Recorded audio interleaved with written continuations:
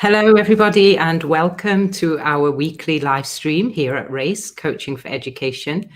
I'm your host, Carla Magdalene, back for the month of May, and I'm here with Stefania DiPaolo, who is a leadership coach. Welcome, Stefania, to our weekly live stream. Thank you very much. It's a pleasure. So tell me, how did you get into leadership coaching? Tell us about your journey. Yeah. Well, it started over 10 years ago, and I was first introduced to coaching by my husband, who took the CTI course at the time, so 13 years ago. And it's been a long journey when at the beginning I was not interested. I was following my career. I was on my own path. And I think it all started 6 years later when I worked with a coach and I entered the CTI room. Hated it at the beginning. I just could not relate to people. So it's been a really long journey. It wasn't an easy one. But what I think it's been a lot of layers that I have removed. And this is where I am today, layer by layer. Yeah. What was the first thing you discovered about yourself in coaching that made you want to go into it? Because a lot of people, they go into it, they try it out, but then they don't do it as a job. So what was different for you? Why did you try it and then say, oh yeah, this is for me? What was it? I think it's that transformation first, that when you can experience it, you see how powerful it is, and that willingness to then help others go through the same journey. So I think that was more like, if it works on me. And a little bit before that, my background is business and finance, and I was in banking, marketing, sales, and I've always been very much into the head. And I've also experienced what that also means when you are in a company and you have to relate to other people. So in a way, there was seeing the need and also the transformation that can happen, the two together. Yeah, and I know you're very much into promoting the idea of using our talents and leveraging them. So how do you weave that into coaching? Where did that come into it for you as well? I think, first, let me explain a little bit more what is a talent. And we know what's a talent, but I want to look at a talent as a way of being, something which is within us, that then determines how we see the world, how we take decisions. And it's almost a drive. Unconsciously, we tend to think in a certain way, judge the world in a certain way. So, and behind that, there is a talent. And when we then confront ourselves with the rest of the world, we see that we need to conform into a box almost. And there are what others want from us, what the society wants from us, and we tend to forget what's within us. And that's when confidence sometimes suffers, because we end up in a world where we follow somebody else's dream, maybe, or not. We forget what is our dream. So the concept of talent started with looking at who I am as a person and what makes me unique. And same applies to people around. And when we look at society, since early age, from school, we always told, oh, this is where you need to improve. A lot of it is about looking at weaknesses and working towards fixing them. But then the concept of talent is, what is it that we look at? What if we start looking at what we have and build on that? So talent, I think what I say here, from talent to strengths.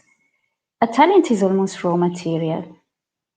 and it's something we naturally do well. But when we put knowledge and skills on top of it, that's when we develop a strength. So I think your question was what made me more interested in bringing this into coaching. Part of it is self-awareness, starting with know who you are and develop on that to achieve success. Yeah, and what would you say? That's really interesting, actually, what you were saying about also having those talents from a young age, because I was a teacher for a long time, and I used to work with children with special educational needs, and these children quite often had their self-esteem knocked. By the time they were 10 years old, they had lost sight of their talents because, as you just mentioned, there was so much emphasis on their weaknesses. So I wonder, what would you say to parents who are maybe dealing with challenging children or challenging teens, and even teachers, about how to take the focus away from the negatives or the weaknesses that may be manifesting and focus on the strengths? How can they do that? Mm-hmm. Well, first is pay attention to the being that's in front of us. I think pay attention and observing.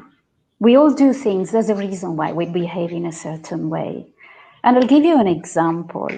Now I work with a tool that I think it's one of the most powerful available. It's Clifton Strengths. It's an online assessment that I use with my clients to discover talents. But a lot of it can start with observing others. And I think the example that I wanted to give is, take a child that is really high in competition, and the child would probably be the one who always wants to win. And then there is an adult there telling them, oh, you need to stop behaving like this. It's not important to win. It's about participating, and it's okay if you don't win. Somebody who's high in competition, you're just killing them, because that's the whole reason why they want to perform. So it's about understanding that and using that, tweaking it in a way that competition is still there, but it can be more of a healthy competition. So if you're constantly told you must not win, then in the end the child will stop trying, and that's where we see apathy. They lose interest. But what if we say competition for your class, or bring your group? What if everyone can win along with you? So it's just a different way of being with what's there. Yeah, absolutely. And I agree with you on the point that you made there, perfectly right, about observation, how important it is for parents and teachers to be observing of young people so that we can identify their talents. Because as you will talk a little bit more about later, from going from talents to strength, you need to know what those talents are in the first place to be able to leverage them. And also, I just want to repeat that assessment that you mentioned was the Clifton Strengths assessment. Is that right? Yes. Yeah. Okay, and if anybody's listening wants to know more about that, they can reach out to us here or reach out to you and find out about how to find out about what children are naturally good at, or indeed about what themselves are naturally good at. All right, so I want to go on to this part about how we leverage the talents into strengths. So once we've identified the talents, we've done our observing, how do we start to shift into making them strengths? Because you pointed out that just because we have them, it doesn't necessarily make them strengths. So I just want you to elaborate a little bit on that and tell us how we can leverage those talents. Yes. Talent, let's look at talent as neutral. Talent can become a strength or even a weakness. So it's something that it's there. It's a drive. I wake up in the morning and I want to win. And I'm looking for a place where I can do that. Or some people naturally love to solve problems or help others. So it's a drive. In every situation, we'll instinctively look for a situation where you can do that. And self-awareness is knowing what your talents are and accept them. And part of that is also accepting what you are not. So the first is appreciate who you are. And it's not easy. I can talk for myself when I first, because, I started with the Clifton Strengths assessment, and we look at 4 areas of leadership. And leader is not just the CEO of a company, it's everybody, where some people are very strong in execution. Think about hands and feet. You just always, this is what you love to do. Or strategic domain, which is about thinking, planning, looking at the future. Then there is the relationship building, which is the heart, and influencing, which is your voice. Now, when I first took the assessment, I am very strong in strategic, and I'm really, like, my lowest part is relationship building. And it wasn't easy for me to accept that. And then it's a discovery, reflection, and also look at patterns of why things happen in your life, and know that it's okay. Now, personally, I'm a lot better one-to-one than I am in one-to-many.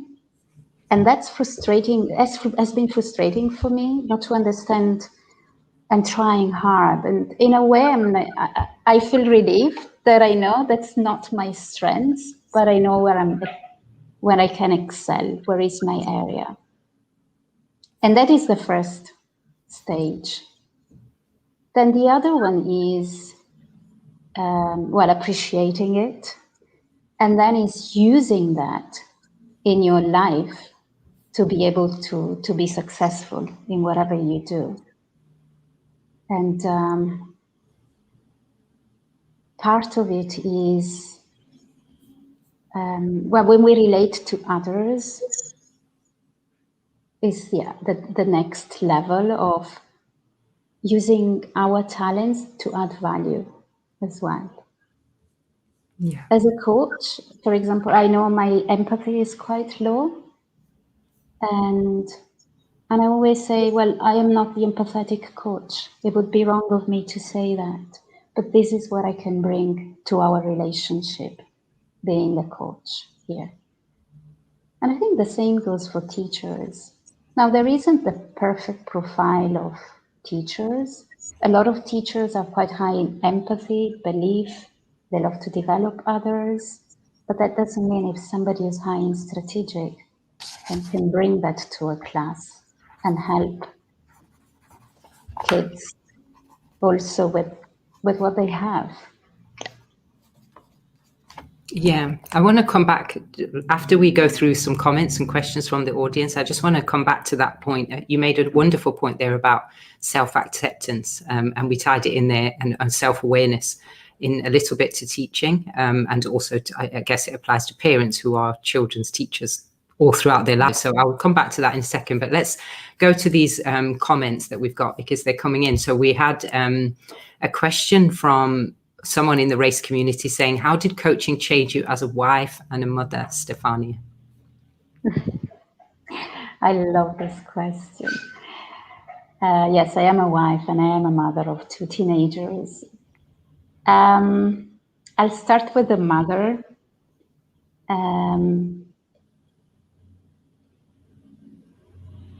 Pay more attention to who my children are and looking for their talents. So that is, for me, was a big shift to be able to go past what school says, what society says, but really looking at the individual. And also link to that. So I have two children, they're really different. So one of them loves, is an achiever and loves the structure and the rules, but the other one is more competitive and dislikes any kind of rules. And I know that if I try to put this child into a system where we plan everything, I'm going to destroy her self-confidence. This is not how she functions. She's amazing at finding her own way by being present and see what's there.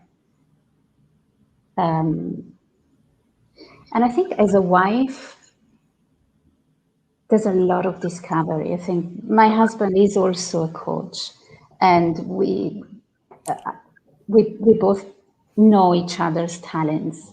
Communication improves because we understand what I see and what he sees, and same applies to him. And we also work together, so that makes it even an extra level. And to know that this is what I can bring, and I know that when I need to ask for help, there are things that I don't see. So what's beautiful about talents is that they affect how we see the world. So think about a shade. You've got glasses, mine are red, yours are green. And I'm going to see things differently from you because of my DNA, how I'm wired. And to be able to know that I am red and you are green, and also what is the synergy that we can create is really, really powerful. And I see that in teams as well, when I work with companies. And there's always a dysfunction in a team. And a lot of that comes with misunderstanding, not appreciating who you are, so wanting to be somebody different, not being able to ask for help because we need to be great at everything. But when I do team sessions, everyone's talents and weaknesses are there. And we create a trusting environment where people are able to say, this is what I appreciate in you, and that's where I can really create synergy. Yeah, beautiful, beautiful points. Lots of changes, lots of ways that it helped you as a wife and a mother. And I think what you said about knowing your children's strengths, I guess that would have saved you actually for a lot of hassle, because I think a lot of battles that we have perhaps with teenagers is when we try to make them something different from what they really are. And they often say that, you don't see me, or you don't listen to me. You don't know what I'm good at. You don't know me. So it sounds like, coaching has really helped you to overcome those kinds of battles. Yes, and we know that we can only be a better version of who we are, not of who we are not. And that's amazing. Yeah. But then it's almost liberating. I don't need to be anybody else. This is who I am. And that's where I'm going to build from. Yeah. And I guess we get to self-development much quicker rather than going around and trying to figure out how to make ourselves something different, which just can line us up for a lot of problems, but also can affect our mental health quite significantly. Instead of that, we just figure out who we are, what we have, and begin to build from there. Yes. It sounds like a much easier path. So we've got a couple more comments that came in as well. So I'm going to catch up with those. What if everyone can win along with you, from our coaching in education community? And also this is in reference to the Clifton Strengths assessment that we were talking about. It's a very interesting assessment tool. We use it very often in our corporate. So leaders focus on their talents and be aware about the strengths of their teams. And I know you just touched on that. I think also in business, we can avoid a lot of hassle when we know who we have, what they're good at, and then we can identify what's missing as well. I think a lot of businesses fall down on that, don't they? And also race community again, strengths as a leader, execution, strategizing, building relationships, and influencing. Yeah. Use your talents to add value. And we can only become a better version of who we are, and not not who we are not, which is what you just said very beautifully. Yeah. So going back to this idea of self-acceptance and self-awareness, and how we when we value ourselves and we know what we are and what we bring to the table. How do you think that can help people, for example, who, we hear a lot of stuff around the world at the moment. It's been going on for a few years about leaving the 9 to 5 and being an entrepreneur and going and doing your own thing. And not everyone can do that. Not everyone can leave their job and become a coach, or, leave their job and start their own business or whatever. So I wonder what advice you would give to people who maybe can't leave their job or don't want to, but they want to somehow find a way to bring back their talents and strengths and use it in there to do what you said, which was to add value. What recommendations or, insights have you got into that to help people with that? Yeah.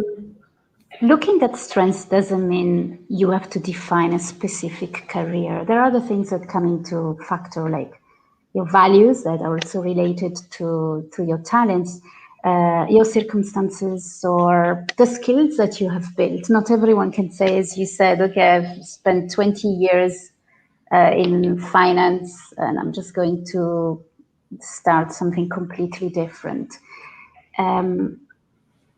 But everyone can create an environment. We all have a power to choose, and to choose to create that environment that can allow us to use more of our talents in different situations. And that's the beauty of it. It's really, really flexible, because my talent is not maths or history or management. There is, but by knowing that every talent has also some needs, and when these needs are met, we are in a position to be more confident, have higher energy in what we do. So the two go very well together. And we can, there is space, there is so much fluidity, we can create space for that. And then it's about adding value. Like you said, we can add value in every situation. By using, that's the highest expression of our strengths, is when we use them to add value. So we all look for happiness. Like I wake up in the morning and I'm like, okay, what's going to make me happy today? I'm an achiever. What am I going to do? So I need something to do. I do it. I'm happy. But what if I do that so that I do something that can contribute to make people around me happier as well? So it's not the what, it's the how. And that's where the flexibility is.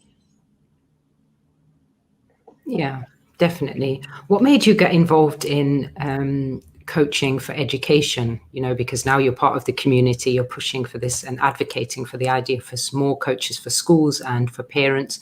Why not just coach for the corporate world? Why did you bring it to the education community?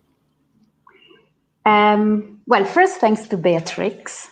I don't know if she's in the audience right now, but I had I think I met Beatrix about 3 years ago, and I ran some workshop for the Ministry of Education about strengths. The audience were teachers, and I have to say it's such a beautiful audience to have. So that's how it started.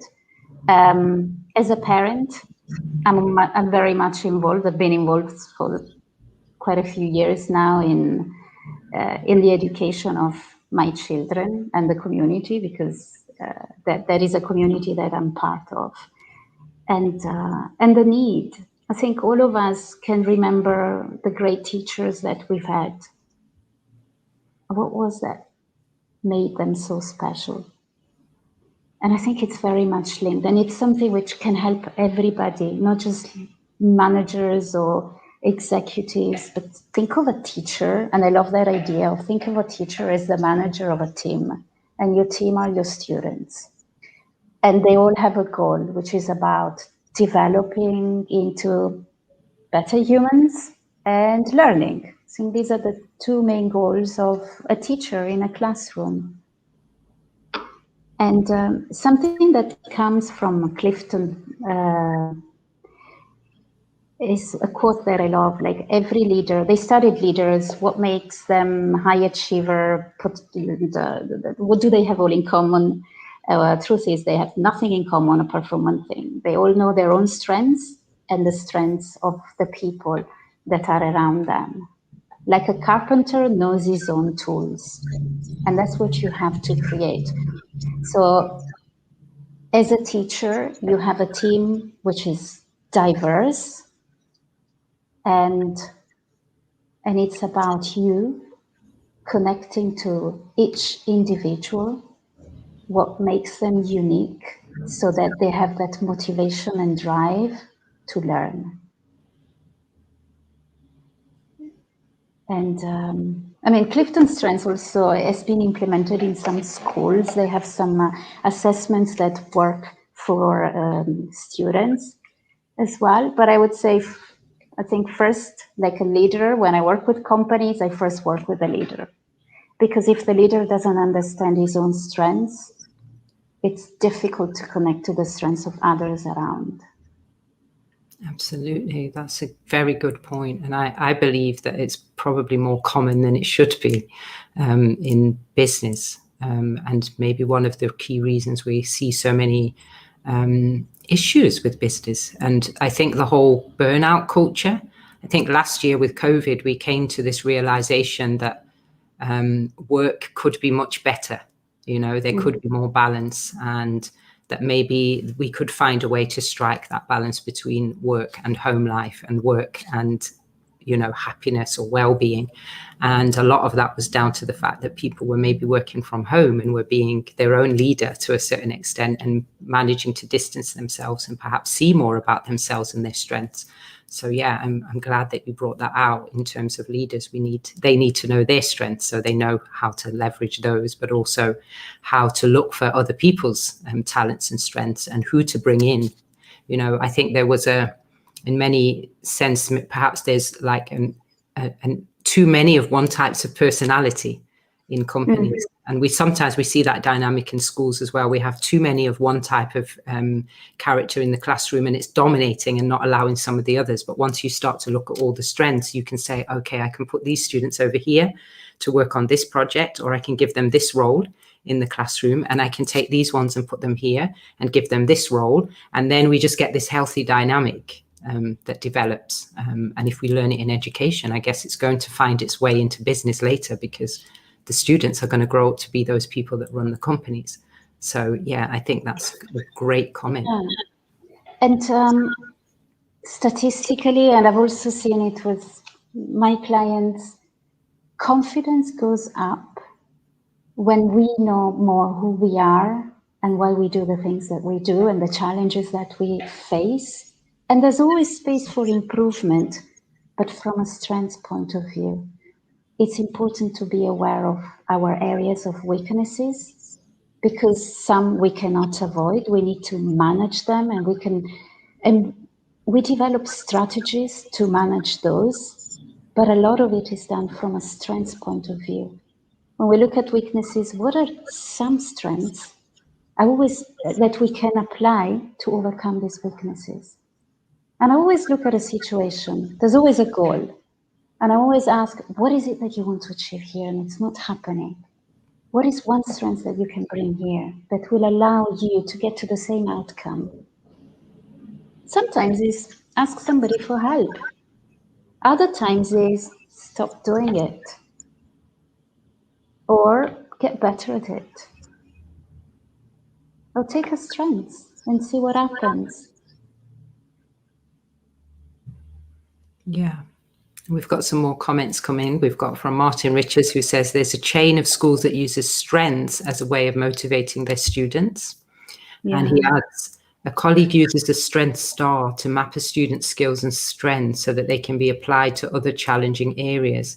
That sounds like a colleague who might have had coaching. If the student is good at, say, football, those skills and strengths can be applied to learning maths, for example. As a maths teacher, I like that approach. That sounds fascinating. Yeah. We've also got Sophie N, who says strength is the way for motivation in PE lessons for young students. another subject. So we've got maths there, we've got PE, and yeah, so those are interesting comments, and we're about to wrap up. So I want you to give us maybe some feedback there for those comments, and also any final words of wisdom or things that you would like to share about how we can leverage our talents into strengths. I think from a teacher's point of view, what I can share is when a child feels confident, they can address many situations. And from that place of confidence, then you can grow. Think of a child who's constantly, okay, let's go back to a skill. Maths is a skill, but there are some talents behind that makes it easy or more difficult for a child. Like analytical is probably there. And to constantly be told, oh, you have to get better at it, or you're not good at it. So it's a little bit different, sorry. But instead, create some confidence that maybe comes from another place, but to say like, okay, I see that you're struggling here, but you're very good in other subjects. How can we get a little bit better here? Rather than, oh, that's it. You need to work harder and harder and harder and you'll never get better at it. It's celebrating more small wins, knowing that there is potential at maybe somewhere else. Yeah, wonderful. Renu Sahor says, that's a great conversation. Knowing strengths and weaknesses at the young age can be really beneficial. Absolutely. And inside the race community, they're showing us some love. Thank you so much for this valuable conversation tonight, Stefania and Carla. We love you both from the bottom of our hearts, and we love the community too. Thank you to everybody in the race community. Thank you to everybody who's commented here and given us these wonderful questions today. We've had some great comments inside the community. Also, Martin, thank you, Martin, Sophie and Renu. And thank you to you, Stefania. It's been a pleasure to host you. And actually, I'm actually going to go away and do that Clifton Strengths assessment with my son. You're giving me something to do this evening. So we look forward to hearing more from you and also from all of the other coaches here in the race community. And see you all next week, same time, same place. And thank you once again. Yeah, thank you very much for your support.